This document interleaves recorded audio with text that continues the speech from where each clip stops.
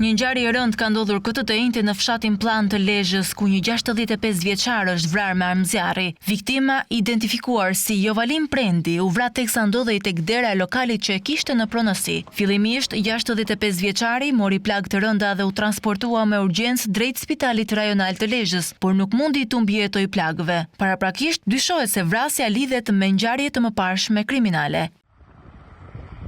Burime për mediat bëj me dijes se Jovalin Prendi është babai i Roan Brahimit, i njohur edhe me emrin Sidorel Prendi. Ky i fundit u ekzekutua më 9 maj të 2024 në një atentat mafioz në Athinë të Greqisë. Vrasja ndodhi në një zonë të populluar dhe në sy të bashkëshortes dhe fëmijës së vogël, ku gruaja e tij mbeti e plagosur nga breshëria e plumbave. Roan Brahimi, njihej si një prej armiqve të deklaruar të Ervis Martinajt dhe emri i tij përflitej edhe në lidhje me ngjarje të tjera kriminale. Ai ishte si përfshirë në vrasjen e Gentia Mbetjes më 15 mars të 2024 në Larushk të Krujës. Ndërkohë, ekzekutimi i babait të Brahimit ngre alarmin për një val akmarrjesh mes grupeve kriminale dhe autoritetet po hetojnë pistat e mundshme të këtij krimi të rënd. Edhe më parë, 65 vjeçarit i kanë bërë 2 atentate me armë dhe eksploziv në janar dhe dhjetor të 2024.